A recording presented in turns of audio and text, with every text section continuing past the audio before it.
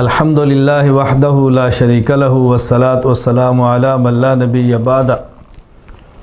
اللہ تعالیٰ نے انسان پر کچھ بدنی عبادات رکھی ہیں، کچھ مالی عبادات رکھی ہیں، کچھ زبانی عبادات رکھی ہیں، اور مالی عبادات میں سے ایک اہم ترین عبادت قربانی ہے۔ رسول اکرم صلی اللہ علیہ وسلم نے اس قربانی کے فضائل بیان فرمائے ہیں، اس قربانی کی حقیقت بیان فرمائی ہے۔ سنن ابن ماجہ باب ثواب الاضحیہ میں یہ حدیث مبارک موجود ہے۔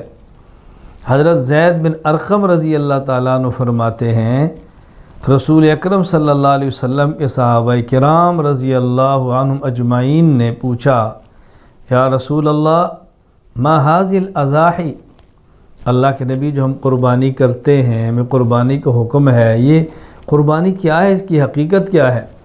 فرمایا سنت ابیکم ابراہیم علیہ السلام، یہ تمہارے جد امجد دادا جان حضرت ابراہیم کا طریقہ ہے۔ یعنی قربانیاں تو پہلے بھی تھی، لیکن جس طریقے پر ہم جانور کو ذبح کرتے ہیں، پھر ذبح کر کے گوشت خود کھاتے ہیں، یہ طریقہ حضرت ابراہیم علیہ السلام کے دور مبارک سے شروع ہوا۔ صحابہ کرام نے پوچھا فما لنا فیہا یا رسول اللہ، ہم قربانی کریں گے اجر کیا ملے گا؟ فرمایا بکل شارۃ حسنہ، ہر ایک بال کے بدلے اللہ ایک نیکی عطا فرمائیں گے۔ قالوا فالصوف یا رسول اللہ، بکری کے تو بال ہوتے ہیں، بھیڑ کے اوپر اون ہوتی ہے، اس پر کیا ملے گا؟ فرمایا بکل شارۃ من الصوف حسنہ، اون کے ہر بال کے بدلے میں بھی اللہ ایک نیکی عطا فرمائیں گے۔ آپ اندازہ فرمائیں، ایک بال کے بدلے ایک نیکی، اور قرآن کریم کی آیت کیا ہے؟ سبحان اللہ سبحان اللہ، من جاء بالحسنۃ فلہ عشر امثالھا، اللہ ایک نیک عمل پر کم از کم 10 گنا اجر بڑھا کے دیتے ہیں۔ بکری کے بال کو گن سکتا ہے، اونٹ کے بال گن سکتا ہے، گائے اور بھینس کے بال گن سکتا ہے؟ کس قدر اللہ نیکیاں عطا فرماتے ہیں۔ جامع ترمذی باب ما جاء فی فضل الاضحیہ میں حدیث مبارک موجود ہے۔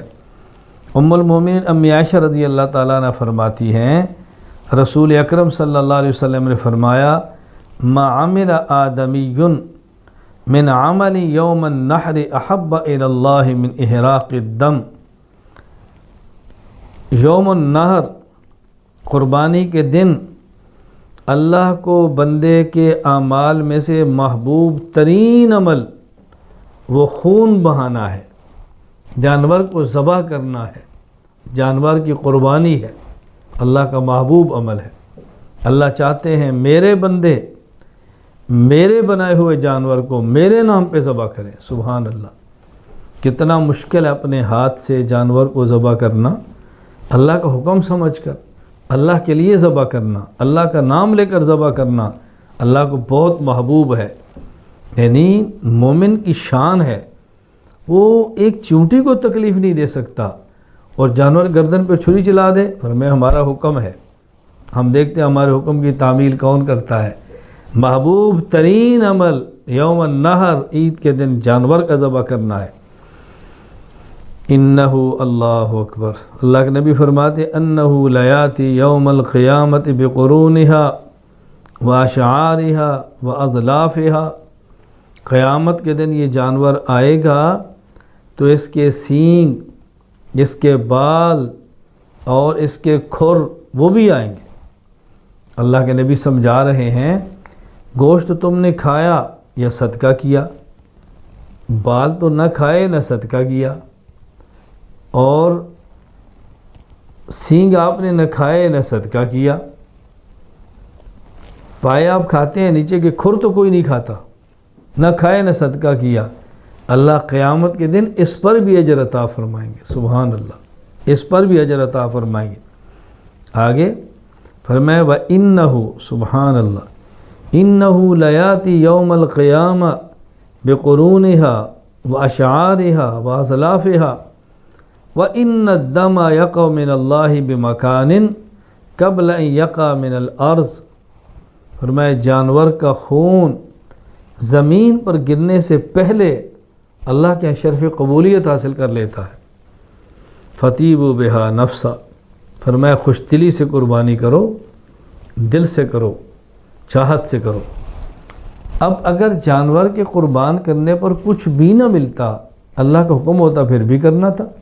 اللہ کی شان دیکھیے، قربانی کے جانور ذبح کرو، گوشت بھی خود کھاؤ پھر بھی اجر ہے، کسی کو دو پھر بھی اجر ہے، سارا جانور خود کھاؤ پھر بھی اجر ہے۔ تو کس قدر اللہ کے پیغمبر صلی اللہ علیہ وسلم نے فضائل بیان فرمائے ہیں۔ میں گزارش کروں گا بزرگوں سے، دوستوں سے، بھائیوں سے، بیٹوں سے، ماؤں سے، بھائیوں بہنوں سے، بیٹیوں سے قربانی کا اہتمام کریں۔ سال میں ایک بار قربانی آتی ہے، اللہ پورا سال دیتے ہیں۔ اللہ کے نام پر سال میں ایک بار ذبح کرنا، اس میں بخل سے کام نہیں لینا چاہیے۔ اچھے سے اچھا، عمدہ سے عمدہ جانور شوق کے ساتھ ذبح کریں۔ اللہ ہم سب کو قربانی کرنے کی توفیق عطا فرمائے۔ وآخر دعوانا الحمد للہ رب العالمین۔